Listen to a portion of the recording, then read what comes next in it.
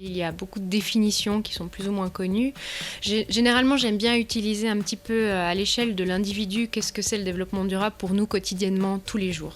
Donc chaque individu a un set de comportements, c'est-à-dire qu'on se déplace, on se nourrit, on va travailler.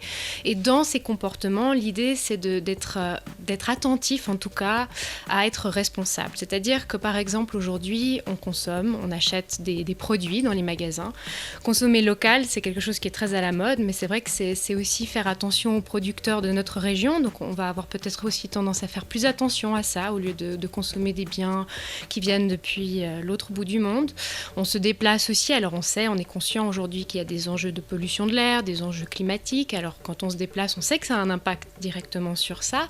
Alors au lieu de prendre la voiture systématiquement, on va peut-être se dire pour une fois je peux prendre mon vélo, c'est une courte distance, ou prendre les transports en commun. Donc voilà, c'est de faire en fait tous ces différents comportements que l'on a tous les jours, d'essayer de trouver un bon équilibre finalement pour ne pas à chaque fois faire le comportement qui va nuire le plus à notre environnement. Donc c'est ça le développement durable appliqué à l'échelle d'un individu. Et pour une administration finalement c'est à peu près pareil. On a nos comportements, on consomme aussi en tant qu'administration, on achète énormément de produits, de services. Donc c'est de faire aussi attention en tant qu'administration à ce qu'on va consommer, mais aussi par exemple quand on va se déplacer, nous employés, on peut faire attention, on n'a pas non plus besoin de prendre des véhicules systématiquement, on a une flotte de véhicules électriques aujourd'hui, donc voilà, c'est aussi trouver un petit peu le juste milieu entre tous ces comportements. Ça fait à peu près une dizaine d'années que la ville de Lancy maintenant travaille dans le domaine du développement durable. On a fait pas mal d'actions et de projets dans les domaines de l'énergie et de la mobilité essentiellement. Mais aujourd'hui, ce qui nous manque, c'est vraiment de savoir où on se situe.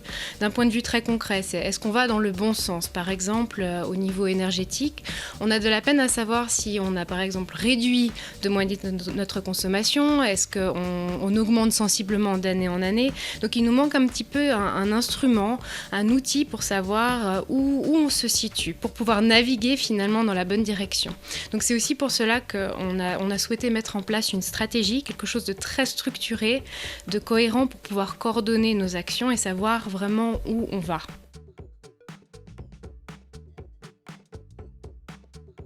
L'idée de la stratégie était de revenir un petit peu sur les différentes thématiques. Donc là, j'en ai parlé avec la mobilité et l'énergie, mais aussi de voir dans le développement durable, il y en a beaucoup d'autres. Donc on a essayé de sélectionner 10 thématiques qui nous semblaient prioritaires pour la ville de Lancy et de se dire, voilà, sur ces 10 thématiques, qu'est-ce qui est pour nous important de mettre en place? Donc quelles sont les lignes directrices qui vont vraiment un petit peu encadrer nos actions et nos projets? Donc l'idée était vraiment d'avoir un document qui permettait de structurer cela et en collaboration avec les services de l'administration, on a fixé ces 10 thématiques sur lesquelles donc, on va travailler.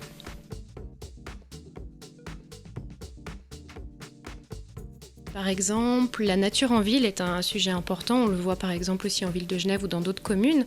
On veut maintenant réintégrer le vert dans les communes. Donc évidemment, nous, on a la chance d'avoir de très beaux espaces verts déjà. Mais comment aller un petit peu plus loin? Aujourd'hui, il y a la mode des potagers, des jardins potagers qui sont accessibles à la population. Donc, l'idée serait d'étendre cela pour qu'on en ait vraiment plusieurs sur la commune qui soient accessibles à tous d'une manière vraiment ouverte. On l'a commencé, mais voilà, on voudrait le faire aussi de manière un petit peu plus structurée et vraiment cibler peut-être des zones, des quartiers qui sont demandeurs de ce genre de potager. Après, au niveau par exemple de la gestion de l'eau, il y a beaucoup de choses à faire. On aimerait bien pouvoir aussi connaître notre consommation d'eau pour arroser nos parcs et voir si on peut réduire cette consommation d'eau. Donc ça, évidemment, c'est ce dont je parlais avant. Il nous faut des instruments pour pouvoir aussi définir les projets, les actions. La stratégie représente vraiment une sorte d'engagement pour l'instant de l'administration qui a été soutenue par notre politique. Donc le conseil administratif et le conseil municipal ont tous deux validé cette stratégie.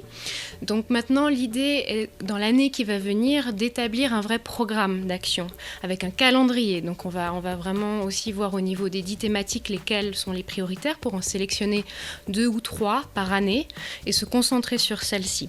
Ensuite, bien sûr, une fois qu'on a défini ces 3 thématiques, thématique, on va devoir se fixer des objectifs qui sont idéalement mesurables, qu'on parle en pourcentage, qu'on parle en chiffres. Comme ça, on va vraiment pouvoir savoir si on va dans la bonne direction. Donc on va probablement d'ici fin 2016 travailler sur 2 ou 3 thématiques. Je parlais de la nature en ville, il semble que celle-ci sera une des priorités, mais aussi les achats responsables dont je parlais tout à l'heure. La commune achète énormément de produits.